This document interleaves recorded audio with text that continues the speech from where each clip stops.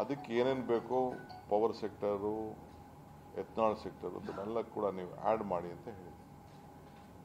ಕಬ್ಬು ಸಪ್ಲೈ ಈಗ ನಮ್ಮ ನಿಜಲಿಂಗಪ್ಪ ಇನ್ಸ್ಟಿಟ್ಯೂಟ್ ಏನಿದೆ ಬೆಳಗಾಂ, ಅವರು ಬಂದಿದ್ದಾರೆ. ಹೊರಗಡೆ ರಾಜ್ಯದಿಂದ ಕೂಡ ಒಂದು ಟೀಮ್ ಬಂದು ಎಲ್ಲ ಒಂದು ರಿಪೋರ್ಟ್ ಕೊಟ್ಟಿದೆ. ಆ ಪ್ರಕಾರ ನಾವು ಕೂಡ ಅವ್ರನ್ನೂ ಕೂಡ ವಿಶ್ವಾಸಕ್ಕೆ ತೆಗೆದುಕೊಳ್ಳಬೇಕು. ಸರ್, ಈಗ ಆ ಜಿಲ್ಲೆಯಲ್ಲಿ ಕಬ್ಬು ಸಪ್ಲೈ ಮಾಡ್ತಾ ಇರೋದೇನೋ ಶಾರ್ಟೇಜ್ ಇದೆಯಾ?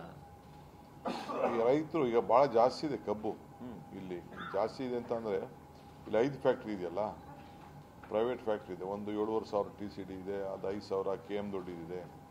ಇಲ್ಲಿದು ಈಗಾಗಲೇ ಅಪ್ಗ್ರೇಡ್ ಆಗಿದೆ, ಪಾಂಡವಪುರದು ಕೂಡ ಅಪ್ಗ್ರೇಡ್ ಆಗಿದೆ. KR ಪೇಟೆ ಪಕ್ಕದಲ್ಲೇ ಇದಿದೆ, ನಮ್ಮ ಚನ್ನರಾಯಪಟ್ಟಣ ಇದೆ, ಅವೆಲ್ಲ ಇದೆ. ಎಲ್ಲದಕ್ಕೂ ಕೂಡ ಸಸ್ಟೈನ್ ಆಗಬೇಕು. ಬಟ್ ಈ ಫ್ಯಾಕ್ಟ್ರಿಗೂ ಕೂಡ ಏರಿಯಾ ಇದೆ, ಬಟ್ ರೈತರು ಶಿಫ್ಟ್ ಆಗ್ಬಿಟ್ಟಿದ್ದಾರೆ.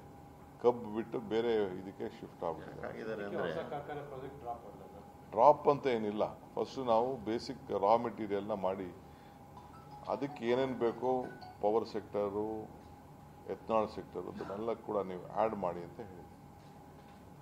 ಕಬ್ಬು ಸಪ್ಲೈ ಈಗ ನಮ್ಮ ನಿಜಲಿಂಗಪ್ಪ ಇನ್ಸ್ಟಿಟ್ಯೂಟ್ ಏನಿದೆ ಬೆಳಗಾಂ, ಅವರು ಬಂದಿದ್ದಾರೆ. ಹೊರಗಡೆ ರಾಜ್ಯದಿಂದ ಕೂಡ ಒಂದು ಟೀಮ್ ಬಂದು ಎಲ್ಲ ಒಂದು ರಿಪೋರ್ಟ್ ಕೊಟ್ಟಿದೆ. ಆ ಪ್ರಕಾರ ನಾವು ಕೂಡ ಅವ್ರನ್ನೂ ಕೂಡ ವಿಶ್ವಾಸಕ್ಕೆ ತೆಗೆದುಕೊಳ್ಳಬೇಕು. ಸರ್, ಈಗ ಆ ಜಿಲ್ಲೆಯಲ್ಲಿ ಕಬ್ಬು ಸಪ್ಲೈ ಮಾಡ್ತಾ ಇರೋದೇನೋ ಶಾರ್ಟೇಜ್ ಇದೆಯಾ?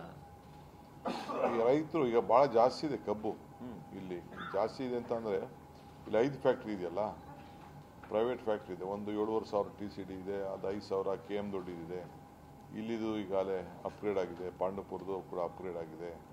KR ಪೇಟೆ ಪಕ್ಕದಲ್ಲೇ ಇದಿದೆ, ನಮ್ಮ ಚನ್ನರಾಯಪಟ್ಟಣ ಇದೆ, ಅವೆಲ್ಲ ಇದೆ.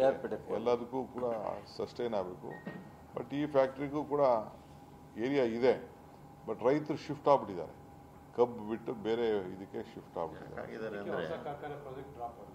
ಡ್ರಾಪ್ ಅಂತ ಏನಿಲ್ಲ. ಫಸ್ಟ್ ನಾವು ಬೇಸಿಕ್ ರಾ ಮೆಟೀರಿಯಲ್ನ ಮಾಡಿ